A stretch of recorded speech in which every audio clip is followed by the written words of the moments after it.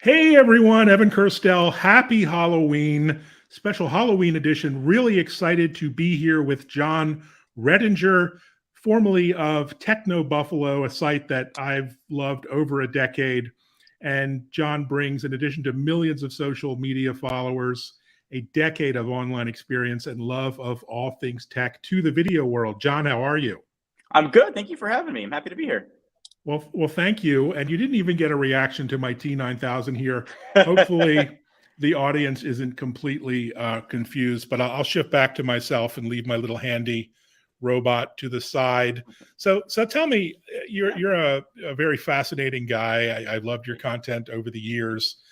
Tell us about yourself. Where are you? What are you doing these days? And what has your journey been like since selling Yeah, Techno Buffalo? it's been highs and lows. So I'm a guy who started back on YouTube, before most people when it was cat videos and guys getting hit in the junk. I It's love mostly cat all that was videos. yeah, it was all that was going on YouTube at the time. I've always been a geek. I used to go walk around Best Buy just to relax. In college, I've always been that kind of guy.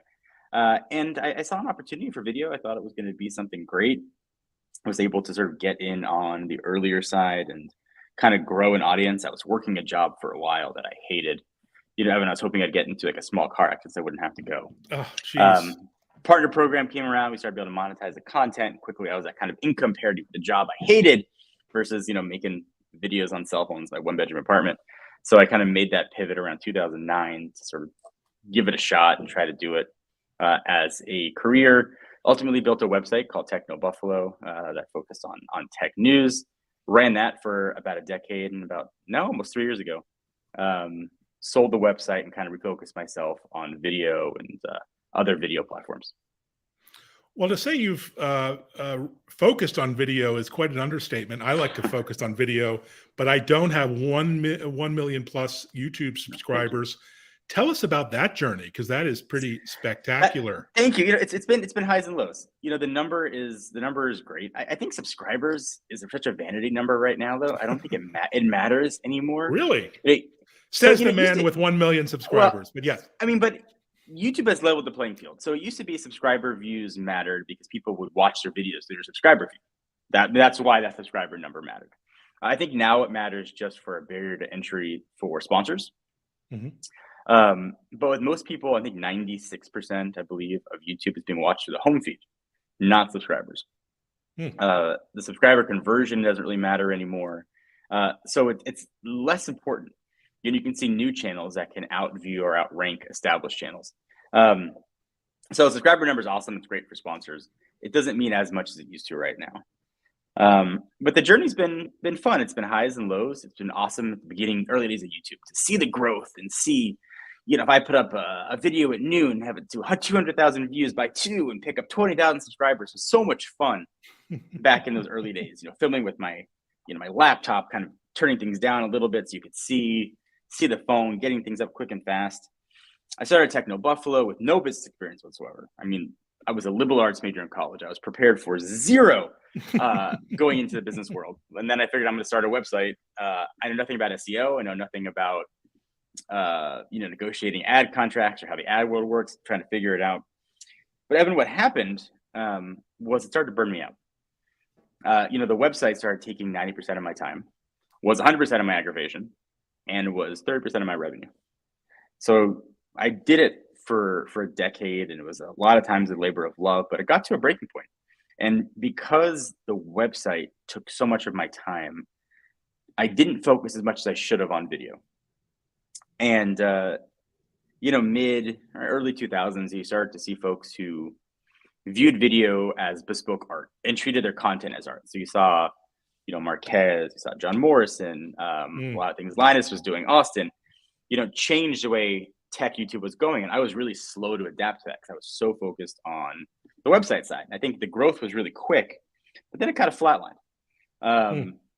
And that's sort of one of my regrets. That's definitely one of the things that I wish I could have gone back and redone. But ultimately made the realization that if I wanted to continue what I was doing, the website couldn't be a part of it. So I had to decide if I wanted to sell the whole business and go work for somebody else or do something different, or just try to spin things off into its own entity, sell that, and kind of refocus myself on video. And that's ultimately what I decided to do. Fantastic. Your enthusiasm comes across so much in your Oh, thank you. videos. You're a lover of tech and technology. Thank you very Um, much. what are you most excited about in tech as we head towards CES this January? I'm sure a big event for you. Obviously, lots of Yeah. consumer tech news, your wheelhouse. What are Yes. you really excited about? What are you most disappointed by Yeah. from So, I the mean, tech folks? as far as CES goes, I love seeing the cars. CES has become like mostly a car show. So I love seeing what's new from the things that are going to hit the market world and things that are absolutely 100% never going to exist in the real world market as well. I'm excited for a couple things. Next generation of foldables, I think, should be very interesting. And I'm really waiting to see a compelling reason for AR and VR. And maybe it's CES, maybe it's Apple, maybe Meta or Google unveils something. But I'm really waiting to see what the compelling reason to strap a headset on my face or a pair of cumbersome glasses. I'm waiting to see what the widespread appeal is going to be because I don't see it yet, but I'm sure these brands are going to try to convince us. They're trying to convince us. And They are you are. an Oculus fan? Have you used Oculus? Are you I a have. Yeah, I've played with them. It's fun to play some games every now and then, but I'm not very heavily into the VR world. I don't get the metaverse. I think I understand what they're trying to do, but technology is just not there yet. Yeah, and I really want to love VR. I want to embrace it. I bought all the apps. I have the devices, and after about an hour of the cold sweats, I sort of put it aside. I Yeah, really want to buy the new $1,500 the Oculus with all Quest the new Pro. technology. Quest Yeah. Pro. I'm a pro. I feel like I'm a pro or a professional consumer, at least. And yet, something's holding me back. Is it really going to take that unicorn device, like from an Apple, I for think I example, don't to know, change the if it's game? going to be Apple or a compelling use case.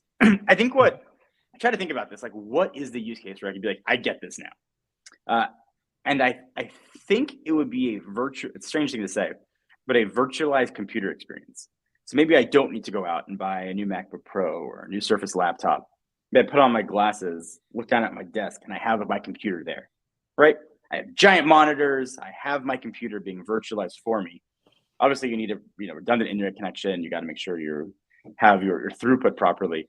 But that seems pretty compelling, right? Always having your computer with you on your face seems interesting. I don't know what the compelling use case is going to be, or what the brand ultimately end up making it, but that always seems like a cool idea to me. Yeah, someone had a great point. People buy $2,000-3,000 TVs at the drop of a hat from our favorite Best Buy Yeah, channels, and they stare at them with delight and joy. If Apple can simulate or emulate that giant HD TV experience with comfort from my hmm couch, is maybe watching TV or watching your YouTube channel becomes the killer app again. it could But be, or maybe being able to sit, pretend like virtually sit with friends. You look around at the couch, and your buddy's next to you with his whatever they call it headset on. Maybe that's a compelling use case. I don't know. Still waiting to see it. But I'm sure that there's use cases there that I have not even thought of yet. absolutely. So tell me, when you started out your Hmm. content creation journey, there wasn't such a thing as content creators or No, video no, there was not. creators. That's the creator economy as it's defined as kind of a new or novel Yeah. experiment. What is your advice to up and coming or maybe old content creators like me for getting started or going to the next level or creating better, more compelling Yeah. content? So when I started, it wasn't a thing that existed. Um, it wasn't a career yet. It was sort of that path was still being paved. But I think now a lot of up and comers, they see these huge studios, they see companies and employees, and they think that ultimately that's how the Mm, path forward has to be. And I couldn't discourage that more. All you need is really good content and mm, something interesting to say. Whether you film yourself with your webcam or your phone cameras are incredible nowadays. mm. Um, don't go investing a ton of money in gear and studios because you think you have to. You're trying to play dress up. It's not necessary. Um, Try to find your own voice as well. Don't do an imitation of Marquez or Lou or whoever you're out there watching, because already the original's already out there. Mm, Find your own unique voice, whatever that might be. And the last bit of advice is be prepared for negativity. It mm. is oftentimes soul crushing. I've been doing this for a very long time, and I love to say I have a thick skin, but it still bothers me. Wow. You pour your heart and soul, and I'm sure Evan, you pour your heart and soul into something, you work really hard on it, and then immediately it gets cut down, or people don't watch the whole video, or something you said gets misunderstood. It can be devastating, and the online world is not. It can be very positive, but overwhelmingly it can also be very negative, and that's very hard to prepare yourself for. And I feel especially tough for female creators that are trying to get into the space. The path of success for any creator is very steep, but a female creator, I mean, you might as well be climbing upside down. It's even harder on that path. Yeah, I do see that, and it's very unfortunate to see. Although I must say, firsthand, I've been on Twitter for a dozen years. Of course, Twitter's all in the news. Oh I yeah, personally, and this might be showing my white male privilege here, but I've seen very few personal attacks or trolling. Maybe it's the nature of my content. I'm not super political. I'm pretty into deep tech. But yeah, there are those terrible stories out there. Speaking of which, what are your thoughts on Twitter? You're a big tweeter, hundreds of thousands of followers. What's your take? Hot take? I'm like you. So I'm like you. I generally shy away from politics in my content at all. I don't think that's why people are listening to me. So I've tried to keep those opinions quiet. I think it's interesting what's happening. You've seen an outcry, and you've seen people be very nervous about what's going on. In some ways, rightfully so, but it's also not like Twitter was a wonderful Shangri-La place beforehand either. It was been called a hellscape. I think that might be a slight exaggeration and bad characterization. But yes, I think Elon is very polarizing. I think at least for me, the bloom is off the Elon rose, and it came off a while ago. But this is what billionaires tend to do. Jeff Bezos bought the Washington Post. Good point. The outcry was smaller, I think, because he's less political or says less incendiary things. But you still have billionaires controlling media, no matter where you are. And honestly, billionaires have always controlled the media. They've always been the heads of these big companies, right? Fox, CNBC, Time Warner.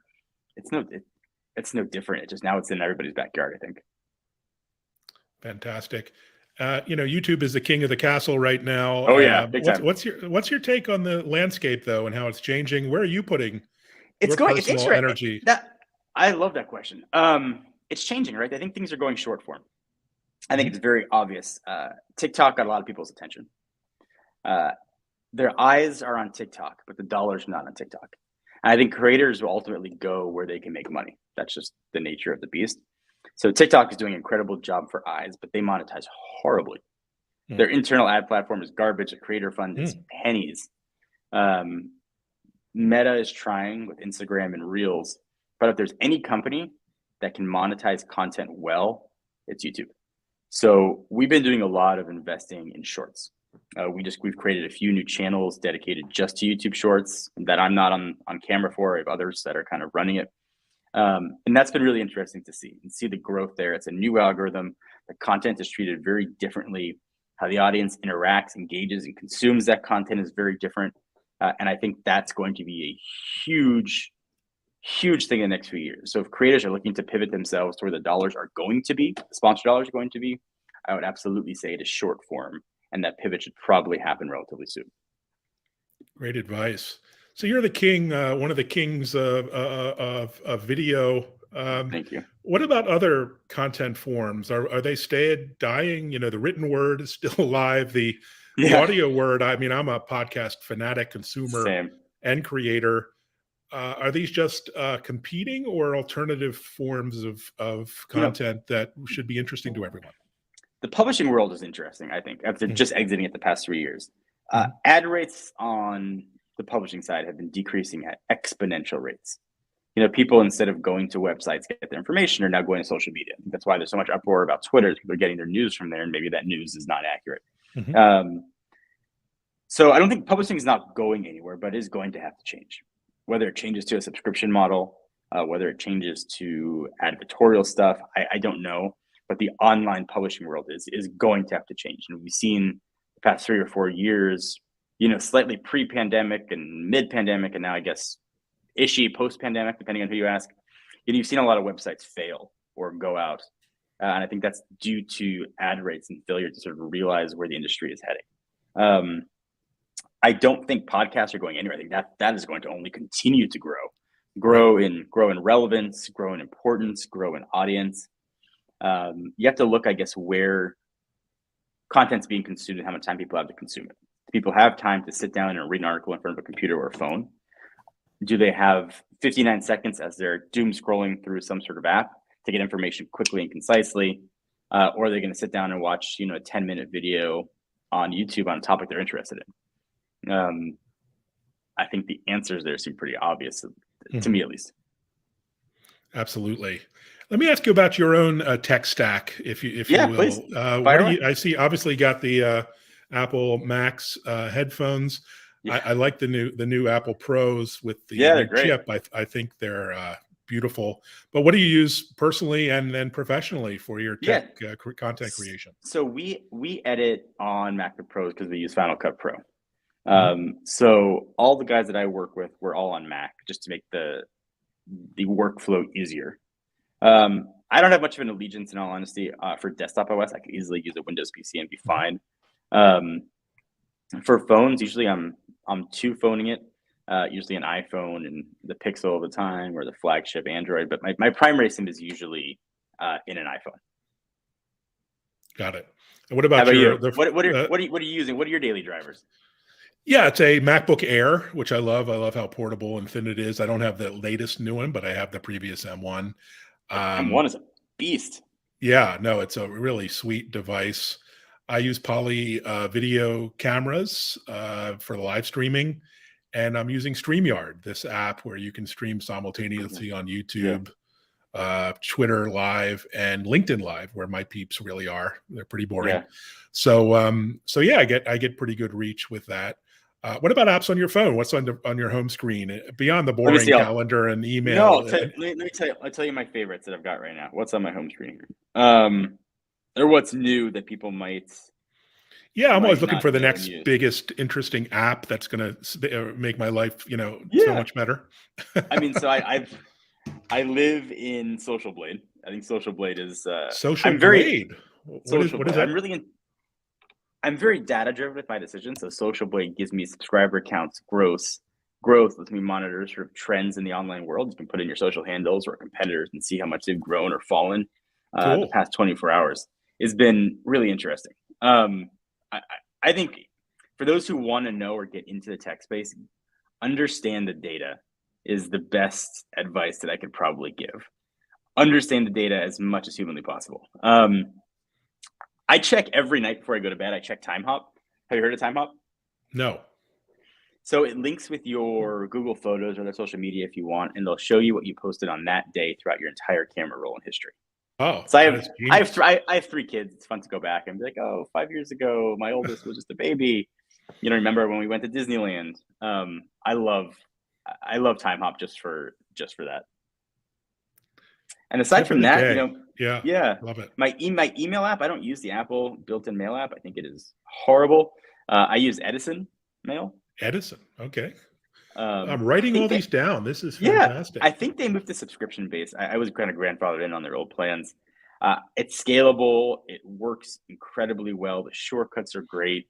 I have sitting now an inbox with 3,332, so I have a lot of emails to get through. But the app it works well across all platforms. So that's my email app of choice. Awesome. And I guess final question, you're in Southern California. Your handle at Twitter is John4Lakers, as is your website. I assume you're a Lakers fan. How are they doing this season? I mean, they won their first game. They're 1-5, but that just goes to show. So the story there was I had no foresight this is going to be a career. That was my AIM screen name from middle school. John for I mean, really no foresight whatsoever. I created the account so I can comment on other people's YouTube videos.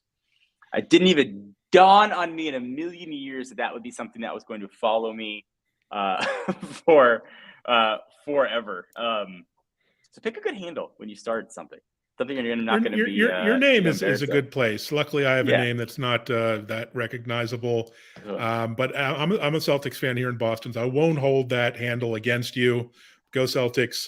And thank you so much for chatting. It's been great. It was absolutely my pleasure. Thank you for having me, and I love to come back on and talk more tech or B2B right. or anything with you guys. Yeah, after CES, it'd be fun to get your hot take. I'll be there in person, as I assume you will be as Yep. well. Yeah, And welcome. we'll see you there. All right, Jon. Thanks so much. Bye. Thank you for having me. Take care, everyone.